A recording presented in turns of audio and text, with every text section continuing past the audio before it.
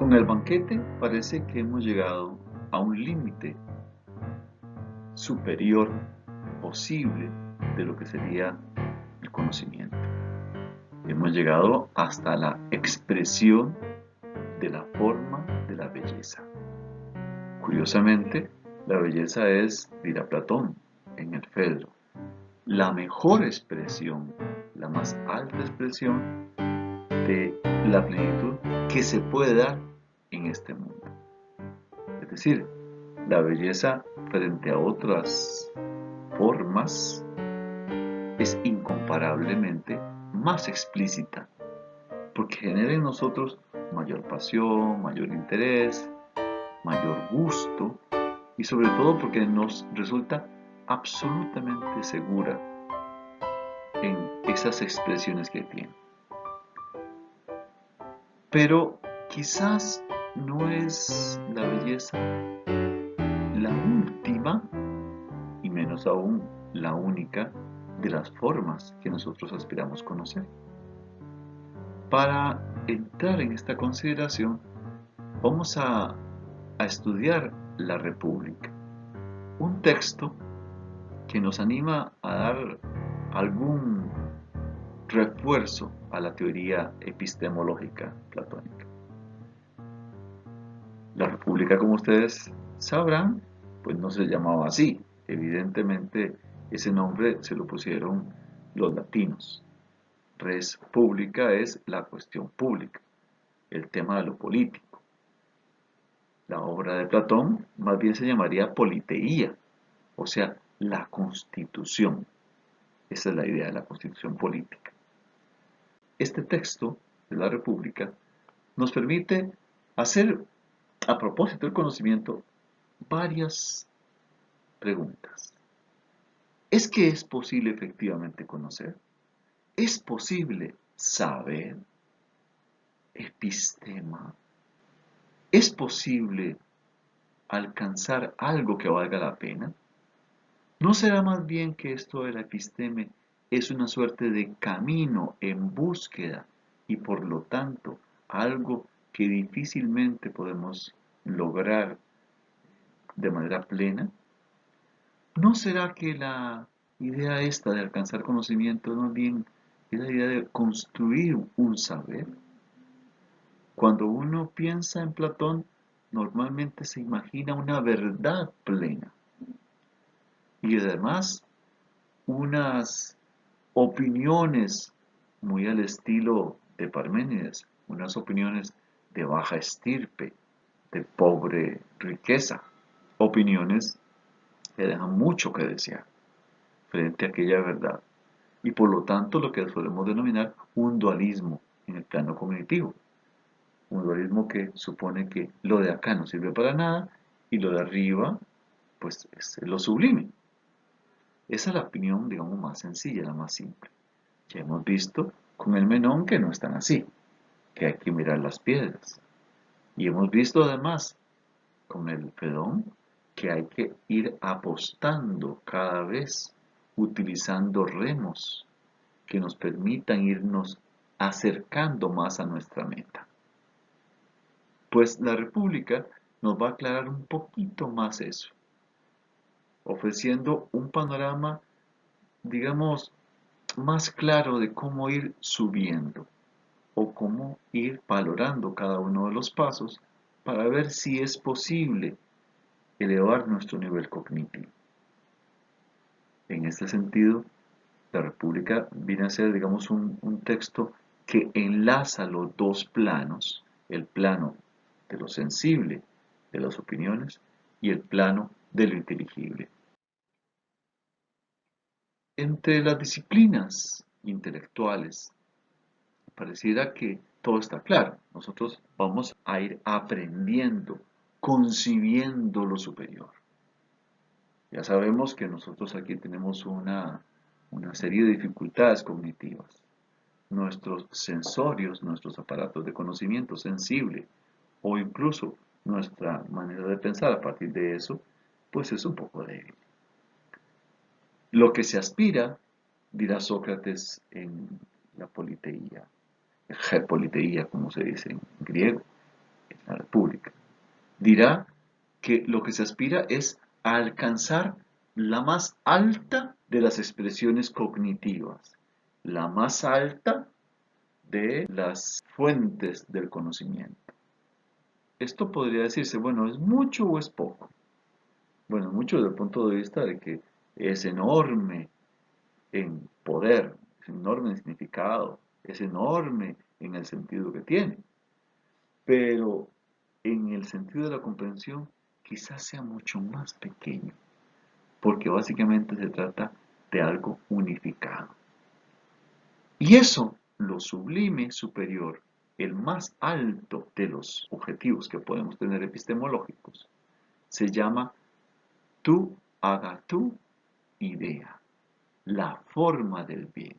O sea, que estamos de frente a una de las formas que va a reunir todo lo pleno. Porque se plantea como bien. El bien pareciera ser un asunto moral o un asunto político. Bueno, habría que pensar que, dado tema que está tratando en la politeía, pues no queda más que buscar algo que se refiera a lo ético. Y por lo tanto, la idea que nos interesa, la forma que nos interesa, es aquella que coadyuve en el plano de lo práctico, de lo ético, de lo político. Y por eso habría que pensar que quizás cuando hablamos de que la idea del bien es lo más alto, tiene que ver con que eso es lo aplicable por lo menos en esta obra de política.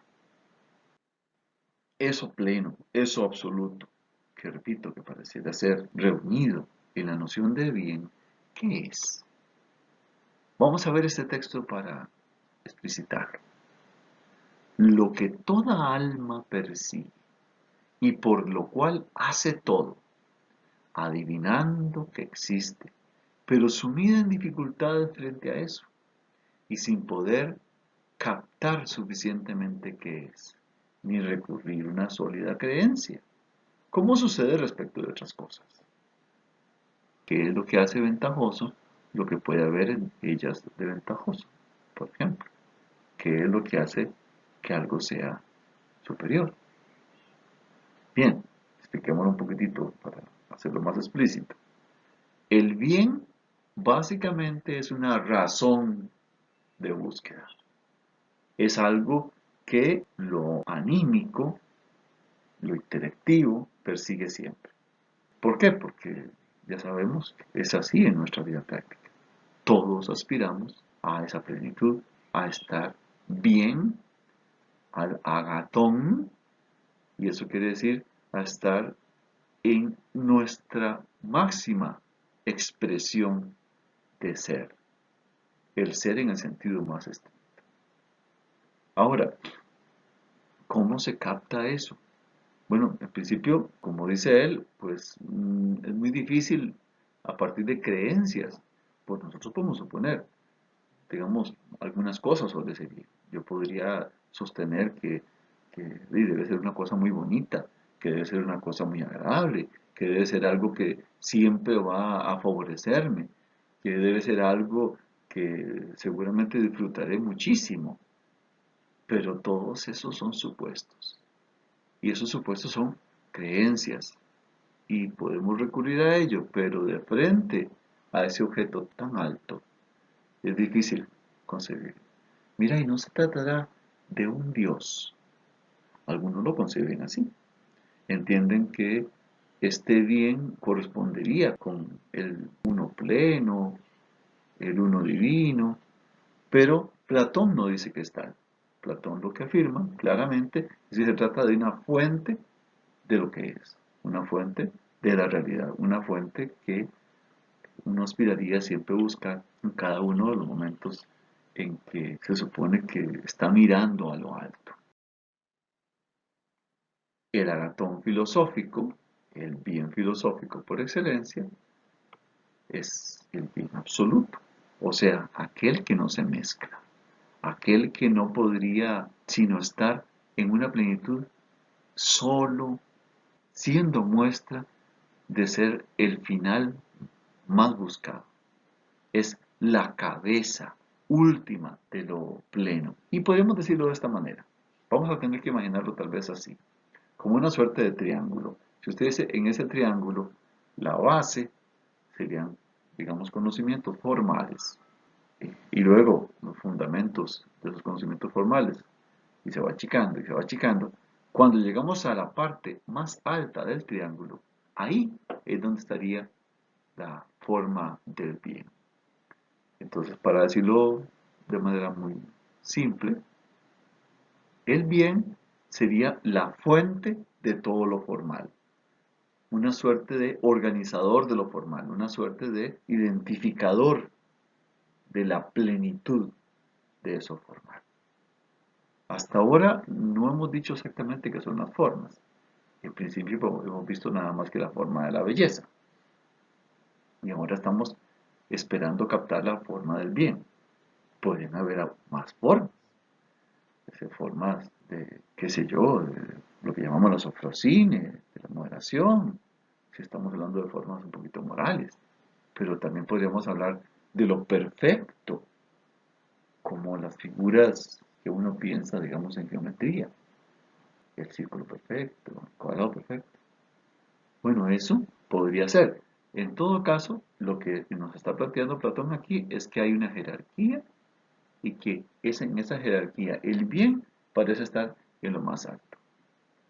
El problema es que, claro, por supuesto, nosotros como que le llegamos de manera muy indirecta y hay gente que evidentemente se equivoca. Una manera de equivocarse muy claramente es suponer que las cosas que nos parecen bonitas o buenas aquí son equivalentes a eso de allá. Es claro, por ejemplo, es que si yo supongo que el bien es el placer, que me equivoco por varias razones. La primera es que hay placeres que no son buenos para mí. Entonces, ¿verdad? Como que no es suficiente. Podría igual equivocarme en otro sentido. Por ejemplo, suponer que el bien debe ser algo que tal vez no sea placentero, pero que sea duradero. La duración puede ser algo, pero nosotros no entendemos claramente la duración. Si hablamos de eternidad, por ejemplo, a lo mejor nos puede ayudar, pero eso no significa que lo entendamos. Y si hablamos del universo como si fuese un ente redondo, un ente, ¿verdad? Pleno, absoluto, a lo mejor también nos estamos equivocando. Entonces, eso del bien, como que cuesta entenderlo. En principio vamos a suponer así, y claramente, se trata de el telos, como se dice en griego, el fin del conocimiento. Y eso tendría que ser, como nosotros tenemos una búsqueda muy, muy intelectiva, pues tiene que ser algo que sea interactivo o algo así, algo que sea de un ámbito superior. Pero no crean que lo tenemos tan fácil, no, de ninguna manera. Como había dicho el Fedón, cuando uno tiene por objeto aquello que es verdadero, tiene un problema muy grave. No se puede ver de frente. Uno se puede quedar ciego. ¿Se acuerdan aquello que asustó a Sócrates? Decía, me puedo quedar ciego de alma. Pues esto no se puede conocer así tan fácilmente y menos se va a poder decir. Realmente se trata de un objeto demasiado alto. Vean lo que dice en 506. Me parece demasiado, Pleón, demasiado como para que el impulso presente permita en este momento alcanzar lo que juzgo de él. Fíjese, el impulso. Nosotros tenemos un jormé, que es una suerte de fuerza que nos trae. ¿De qué está hablando Sócrates? Sócrates está en un texto, libro sexto, empieza con estos asuntos de la filosofía. Y es en el libro, al final del libro sexto, cuando está diciendo estas cosas. Y él viene explicando cuáles son los niveles que tiene uno para ir sabiendo cada vez más. Él anuncia que la filosofía es la clave, pero no es suficiente. No es suficiente, porque eso es quizás demasiado por el momento. Tanin ahorita es mucho, por lo menos parece que es mucho. Y entonces, a la vista de eso, ¿qué hacemos? Y fíjese que él entonces recurre a algo muy interesante. Dice, yo no voy a poderlo explicar, no lo voy a poder decir directamente. Entonces vamos a recurrir a figuraciones. Esta vez no va a decir logo.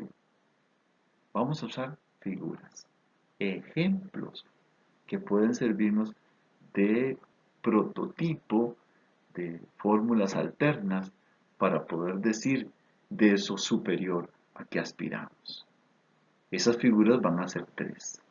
Uno, la idea de que el bien equivale al sol, la idea de que el proceso se puede dividir en cuatro partes y es la línea dividida, y finalmente la alegoría de la caverna, que es una representación un poquito más pictórica de esta misma búsqueda que tenemos del bien absoluto. Empecemos con lo primero. Se parece al sol. ¿Qué les parece esto? Fíjense que hasta les puse una imagen que fuera relativa al sol.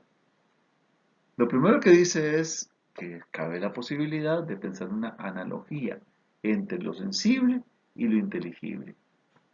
Lo conozco por la analogía, conozco porque en algo se parecen, ¿verdad? Bien, entonces en esa medida, pues suponemos de buena fe que esto que estamos viendo acá se parece, como decíamos respecto del camino que nos lleva a Larisa, se me parece a, nos lleva como si fuese a. Por analogía uno salva un poco el asunto. Y la clave en esta analogía, curiosamente, no es ni un objeto determinado, ni tampoco una estructura determinada. Cuando uno dice forma, cuando dice idea, se imagina, ¿verdad? Una figuración. Fíjense que incluso la palabra forma es quizás más adecuada que decir que idea, porque idea como que cuando uno se lo piensa, parece como que porque es una ocurrencia que uno tiene o es una formulación ahí intelectual. Pero la palabra en griego eidos significa como si fuese un perfil, como un rostro. Tener un eidos o una idea incluso de algo es como perfilarlo. Pero, yo les digo, no es un objeto lo que nos va a explicar eso, sino que es un medio, el medio de la luz. Entonces Platón apuesta por esa vía. El bien es como la luz que nosotros vemos en la tierra. La luz es la que nos permite saber, nos permite entender. Yo, por ejemplo, ahora estoy mirando alrededor mío y en esta hora específicamente no necesito tener prendida la luz, porque me basta la luz del sol. Pero vamos a suponer que tuviera que prender la luz, no importa. Ya con esa fuente, ya de clarificación, digamos, ya puedo decir que sé. Y vean que nosotros utilizamos mucho eso. Mira, no entendí. Y dice, sí, yo sí, pero lo tengo clarísimo, lo tengo iluminado. Entonces la idea de eso de que el conocimiento sea una suerte de iluminación es quizás lo fundamental. Pero entonces pongámoslo de esta manera. Con la imagen del sol yo podría decir lo siguiente. El sol ilumina y por lo tanto deja ver lo que hay. Deja ver lo que es. Es decir, yo gracias a esta luz que no puedo ver directamente porque por supuesto me va a quemar. Bueno, por lo menos un ratito sí, pero muy chiquitito, ¿verdad? Gracias a esta luz, entonces empiezo a ver los maravillosos objetos que tenemos alrededor, que no son tan lumínicos como el otro, pero efectivamente se vuelven evidentes, claros. Por eso es que es el sol la fuente del saber. Visto así, permite que todo se dé para mi conocimiento. Pero hay algo que dice que es muy significativo. Además, es gracias al sol que se engendran y crecen las cosas y le da mantenimiento.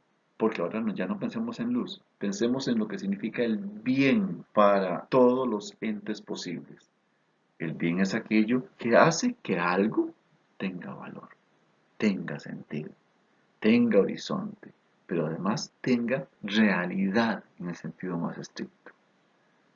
Yo podría decir, por ejemplo, que el día de hoy es bueno. Y eso dice, ah, mira, que se está portando bien el día. No, eso quiere decir que está iluminado por el sol, que está beneficiado con el bien que le otorga ese sol. Y entonces, aunque no utiliza la imagen Platón, voy a explicarlo de esta manera. Como sabemos que las plantas ocupan el sol para crecer, para dar color a sus hojas, incluso para alimentar su propia vida, así el bien sería aquello que nos alimenta cognitivamente y nos permite ver expresada en su plenitud una realidad que llamamos entitativa, que son entes, que son favorecidos por ese ente superior. Entonces esta sería la imagen del sol. El sol sí se ve, es muy complicado verlo directamente porque sabemos que nos puede quemar.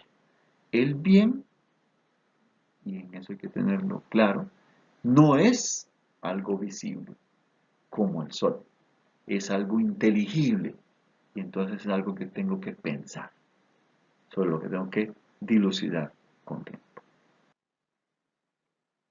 Si el bien es como el sol, entonces empecemos a ver algunas especificaciones. Primero, el bien sería el principio de la existencia misma y como principio también se convierte en aquel objeto al que uno debería también aspirar. Por eso se convierte también en aquello que yo deseo alcanzar, el objeto mismo de la vida y sobre todo el conocimiento. Entonces, de alguna manera u otra, en la medida en que usted se acerque a ese sol, en esa medida hace comprensible todo lo demás y además lo ordena. De tal forma que hace que ese sol ilumine, clarifique, presente lo que hay y además vuelva inteligente nuestra mente, nuestro intelecto, nuestro nous, como se dice en griego. Una vez que se capta así, que se capta en la medida en que se pueda captar, ¿verdad? Con el cuidado para no quemarnos, entonces ahora sí empiezo a ver las formas, las otras, que son co-creadoras en el universo. Es lo formal lo que hace que lo presente tenga realidad. Entonces, todo lo que hay, todo lo natural, todo, incluso todas nuestras acciones, todas encuentran un horizonte ahí, pero además no es que es tanto horizonte para ellas, porque a lo mejor no se dan cuenta, sino que es su fuente vital. Y así como si fuésemos un girasol que está buscando el sol todo el tiempo para tener vida y tener ese calor, igual nosotros como entes inteligentes que buscamos la plenitud del saber, somos como ese girasol, tratando de volver a verlo lo más posible durante todo el tiempo que podamos para mantenernos en un nivel intelectivo superior. Esto no es fácil porque exige un riguroso entrenamiento, pero además tenemos un enorme problema. Respecto de esos principios últimos, de eso que puede hacer el bien, como lo hemos visto, porque así lo ha dicho claramente Sócrates, respecto de eso, es muy difícil ofrecer una respuesta adecuada. Vean que nos está ofreciendo una imagen, la imagen del sol. Y habrá que ver si no será mejor quedarnos un poquito callados, quedarse tranquilos, no esperar tanto. Por eso vamos a ver otra imagen más, a ver si nos ayuda un poquito a conocer más el asunto. Porque de momento sabemos que es el sol, que eso es la fuente, que es la fuente que ilumina todo, que es la fuente que le da entidad a los demás, pero hasta ahí.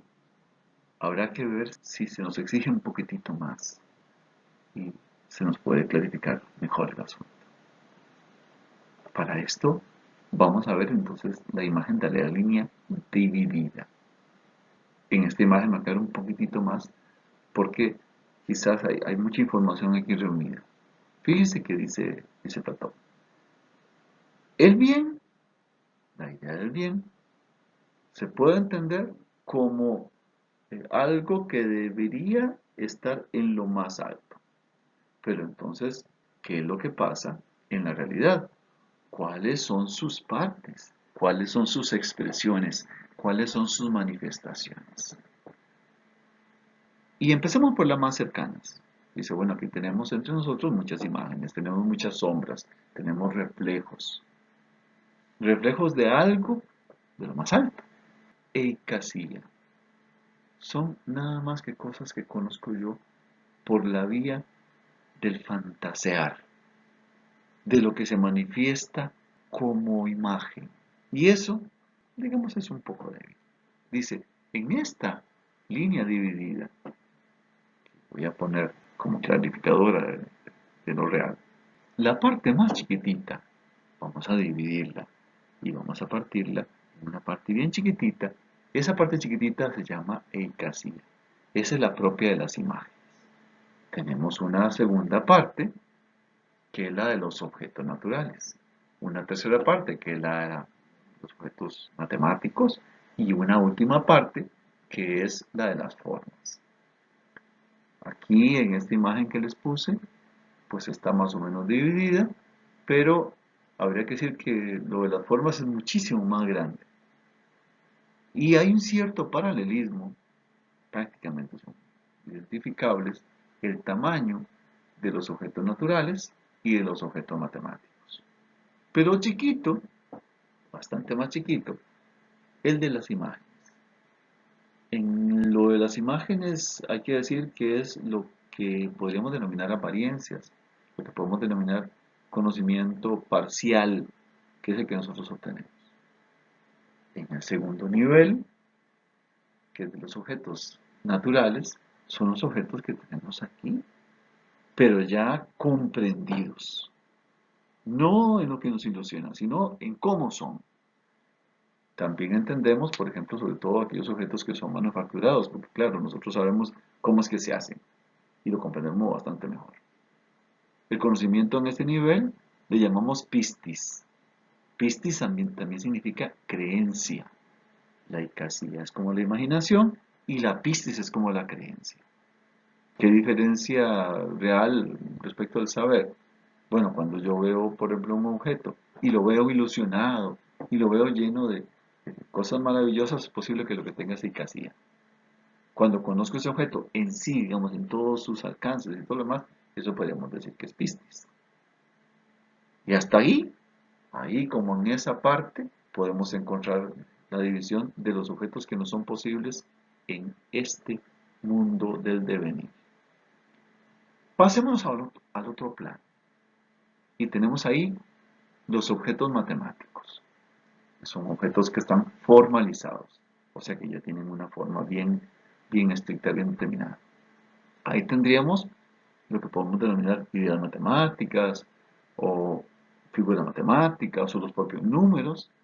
Y ahí, dice Platón, se va a colocar la dianoia, que es el pensamiento. Dia es como a través de, noia es como de nous, intelecto que, que atraviesa, que se maneja en su plano. La dianoia es el pensamiento. Cuando el pensamiento piensa matemáticamente, es muy ordenado, es estricto, es claro, es bien formalizado, está adecuadamente estructurado.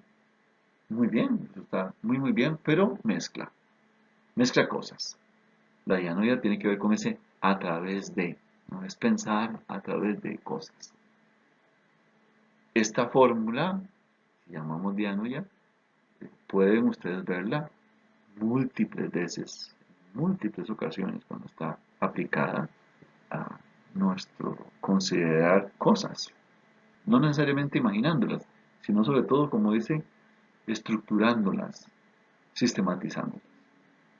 Cuando yo, por ejemplo, organizo una materia de clase, yo estoy pensando. Eso es más o menos la idea, o sea, ese es el sentido de pensar.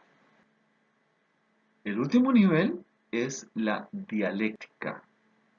Dialéctica es cuando reunimos la ciencia, la episteme, el nous, que es el intelecto, y la noesis, que es literalmente la idea misma o el pensamiento mismo. Este nivel, el cuarto nivel, vean que es más grande que los anteriores, este nivel es el intelectivo por excelencia. Y este es el nivel de la contemplación. Aquí accedemos a las formas y accedemos al bien, el bien en sí. Esa es un poco, digamos, la última de las metas que podemos esperar cognitivas. Entonces, repitamos, tenemos sombras, objetos, objetos matemáticos y formas. Si ustedes ven, el segmento de lo que conocemos por la vía de lo sensible, que está aquí, es más pequeño que el inteligible. Pero además, las sombras son más pequeñas que los objetos y los objetos matemáticos más pequeños que las formas. Siempre tenemos que entender un paralelismo. Cuando uno conoce por sombras, conoce muy indirectamente. Cuando conoce los objetos es diferente, es mucho más claro, mucho más evidente. Cuando conocemos por matemáticas, pues tenemos algo así como las sombras intelectivas. Y cuando contemplamos dialécticamente, pues nos elevamos a lo más alto del saber. Entonces, ¿cuál es la idea? Que lo inteligible debería ser la fuente de nuestro saber. Y nosotros deberíamos aspirar a llegar hasta ahí. Pero, ¿qué es lo que nos es posible? Bueno, contemplar directamente las formas no se puede hasta ahorita. Lo que hacemos es acercarnos un poquito a ellas. De momento, lo mínimo es que usted tenga objetos matemáticos en su cabeza. Es decir, que usted se vaya figurando ya ese saber dianoético. Y si usted al menos alcanza eso, pues ya puede ir avanzando hacia el principio primario. Y esa es la idea precisamente, tratar de alcanzar lo superior de alguna manera desde esto inferior. En eso se sintetiza la línea dividida. Según esto, entonces, vamos a tener la dianoia como la fuerza esa cognitiva que nos permite ir apostando por lo hipotético. Y cuando, gracias a la dianoia, nos vamos, digamos, acercando, purificando, sistematizando nuestro saber, entonces pasamos de eso que es hipotético a lo anipotético, se llama. Aquello que ya no supone hipótesis, sino que es la adecuación misma a la forma del bien. Esa meta es una mirada sinóptica que permite entender todo lo demás. ¿Por qué explicando este hijo tuvimos que llegar hasta las sombras? Porque precisamente ahí es donde está reflejado su poder. Eso está muy oscurecido en las sombras, sí, pero si de alguna manera yo entiendo que lo que tengo presente no es suficiente, toca aspirar a más, aspirar a más, aspirar a más. Ese aspirar a más tiene que ver con esa búsqueda de lo supremo. Una búsqueda que no será fácil, pero que es fundamental. Pasemos a la tercera de las imágenes platónicas sobre la idea del bien. Y esta es la famosa, muy conocida alegoría de la caverna. Esta la vamos a ver con alguna rapidez, pensando en que posiblemente ustedes la puedan entender con facilidad en el libro séptimo, que lo van a leer. Estoy seguro que este libro lo van a disfrutar de manera particular, porque está lleno de expresiones imaginarias, representaciones de alguna manera pictóricas. ¿De qué se trata?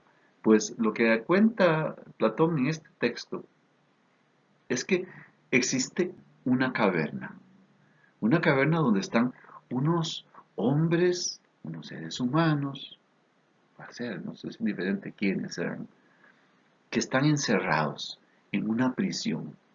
En el fondo de esa caverna hay como una pared y eso se parece como a un cine. Fíjese que eh, en la pared se están viendo unas imágenes como de luces.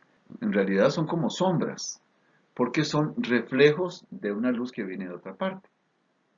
Por encima hay una especie de tabiquillo que sirve como de corte y casi como de respaldar para los que están ahí encerrados. Y detrás de esto, de este tabique, está una gente pasando con unos objetos que parecen como si fueran eh, formas de animales, de objetos, digamos, sensibles, así como árboles y demás, pero que son literalmente figuraciones, digamos, figuras, algo así, pero no son objetos. ¿Sí? Y detrás de esos objetos está un fuego, una fogata.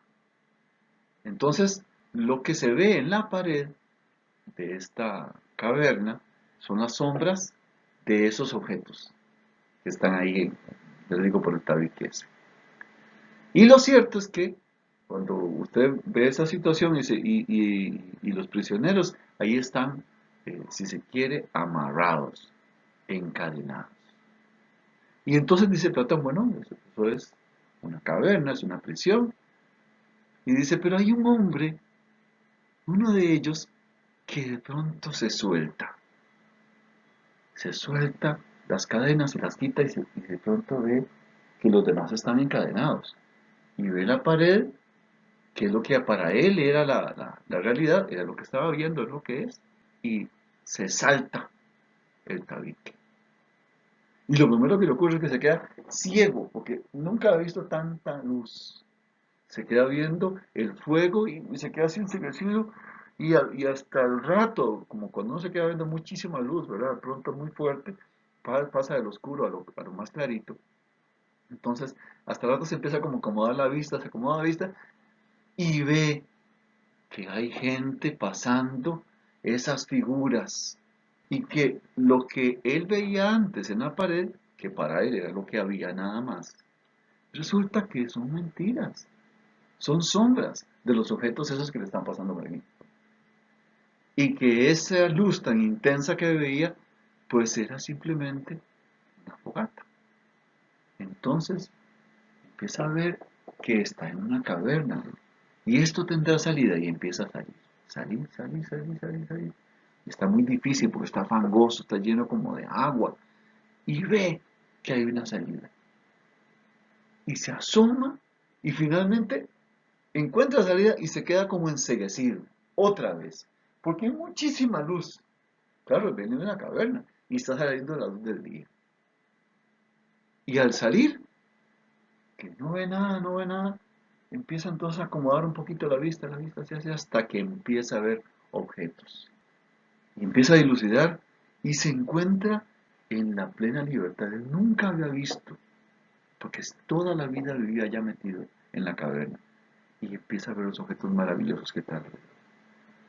Yo eso, pero ¿qué es esto tan maravilloso? ¿Qué es esto tan lleno de luz y estas cosas tan extraordinarias? Cuando él había visto patos abajo, eran sombras. Y ahora está viendo los patitos. Y ahora ve caballos. Y ahora ve árboles. Y ahora ve un lago. Y antes lo que había nada más eran sombras. Bueno, entonces, ¡ay, qué maravilloso! Dice, ¡qué luz! ¡Qué plenitud de luz! Y de pronto vuelve a ver cuál es la fuente de esa luz y vuelve a ver para arriba. ¡Uy! No puedo ver. ¡Uy, es demasiado! Estaba viendo el sol directamente. Y claro, entonces, ya ahora sí, se quedó sin ver nada, ¿verdad? Y fue como se quedó así, ya fue demasiado. Bueno, esa es la famosa caverna de Platón. Fue literalmente una liberación de un prisionero que estaba en el mundo sensible y que nada más miraba lo que tengo aquí en la pared de la oscura caverna. Y me fui alejando de eso, acercándome cada vez a la luz, hasta que llegué a la plenitud de la luz. Y dice, lo último que veo, ese sol, dice, es como la forma del pie. Y todo ese proceso es algo así como lo que hemos visto atrás, como el momento de las sombras. Cuando conozco después a aquellos que nos están pasando estas imágenes, me doy cuenta de cuáles son los objetos y después subo y cuando salgo de la caverna encuentro los objetos, pero ahora sí reales, llenos de luz, que son las formas del mundo inteligible y el sol, y se diga que eso sería la forma del bien en el sentido más estricto. Cuando yo me liberé, cuando yo me solté, perfecto, todo es un asunto de irme paulatinamente acomodando. De alguna manera, nosotros sabemos que para poder captar la forma del bien, eso absoluto, tengo que liberarme literalmente. Y eso significa que voy alcanzando la verdad paulatinamente. Pero recuerden, esto es una imagen. Lo que estamos pensando es lo que intelectivamente yo soy capaz de contemplar. Esta sabiduría que voy alcanzando es muy complicada, porque subir es muy duro, liberarse es muy difícil. Nosotros estamos amarrados a este mundo, amarrados a las sombras, amarrados al inmediato. Esto lo que tenemos que entender es a algo que supere todos los niveles intelectivos presentes. Pero la cosa no se queda ahí. Cuando él se quedó viendo el sol, ya no pudo ver más, ya es demasiado, eso supera todas mis expectativas, se acordó de sus compañeros, de aquellos que estaban encadenados. Y entonces dijo, "Ay, pobrecitos, voy a devolverme". Y entonces decide ir a liberarlos.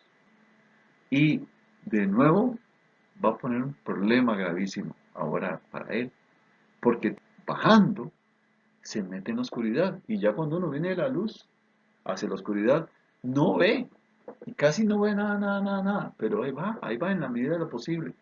Entonces, cuando él va bajando, empieza a reacomodar la vista y paulatinamente va viendo el camino que está muy resbaloso y que demás, y va y pasa y llega a la fuente aquella de luz, que era la fogata, y ve a los hombres esos engañosos que le están pasando imágenes a los otros, y llega donde sus compañeros, y les empieza a decir, vean, están encadenados, ustedes están viendo cosas que no son ciertas, la verdad está afuera, liberémonos.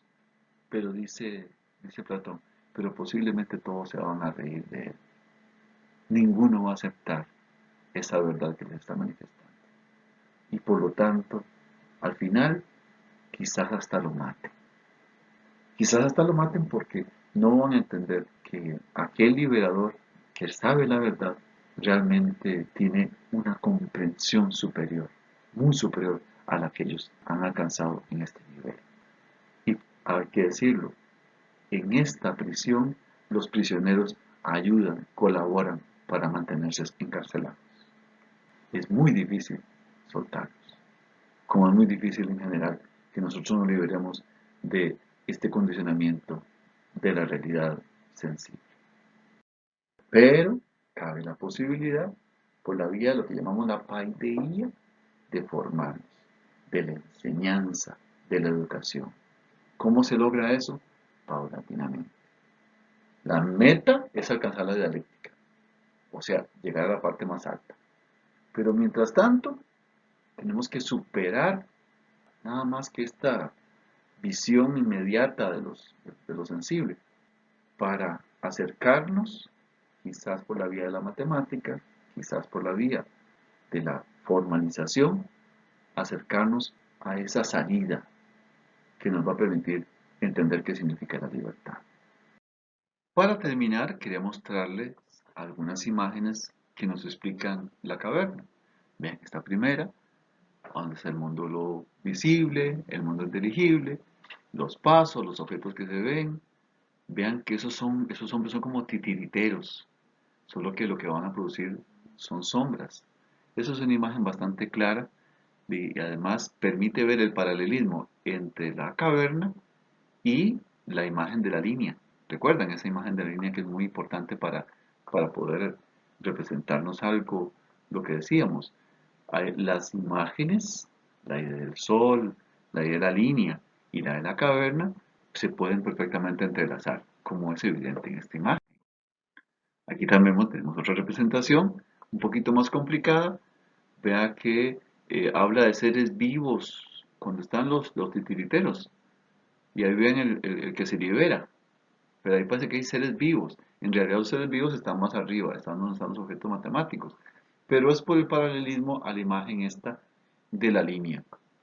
Ahí está. Supuestamente había un cuarto nivel, un tercer nivel, un cuarto nivel que puede ser el fuego, y después la salida.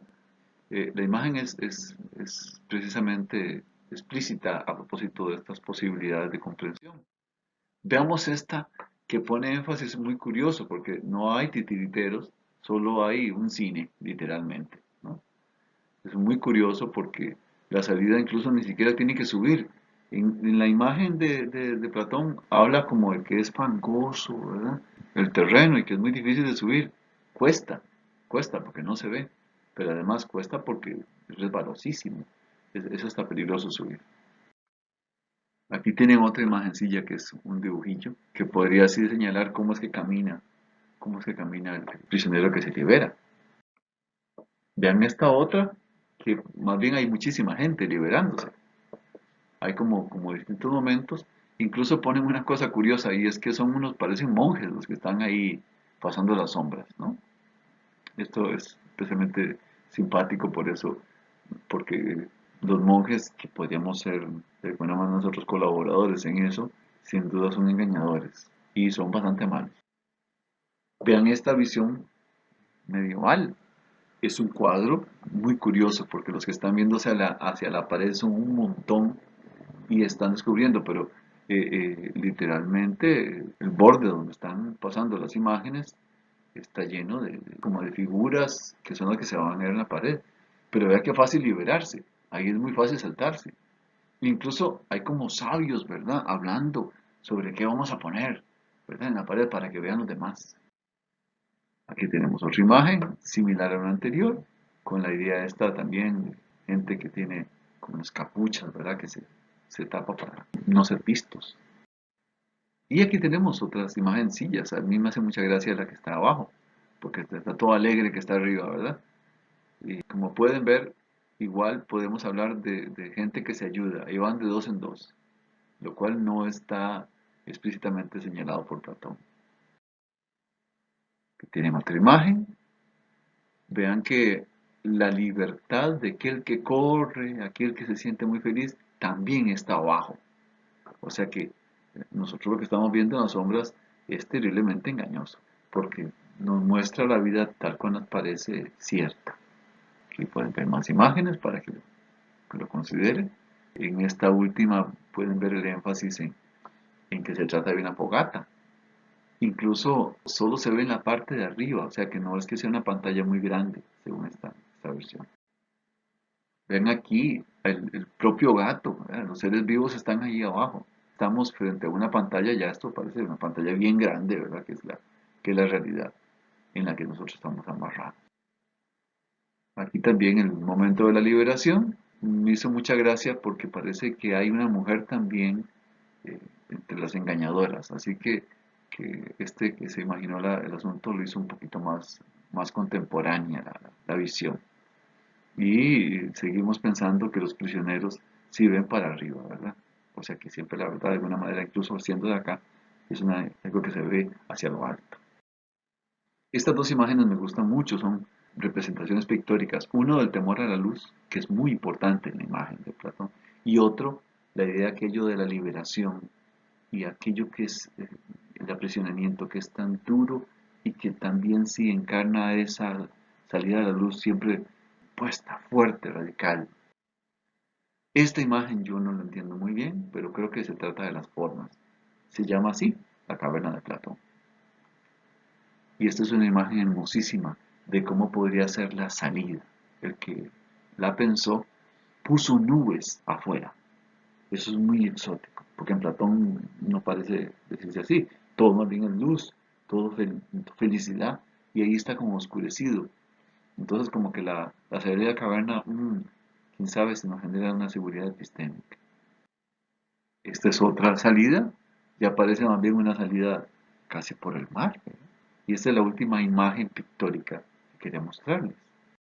Y déjenme mostrarles una caverna de verdad.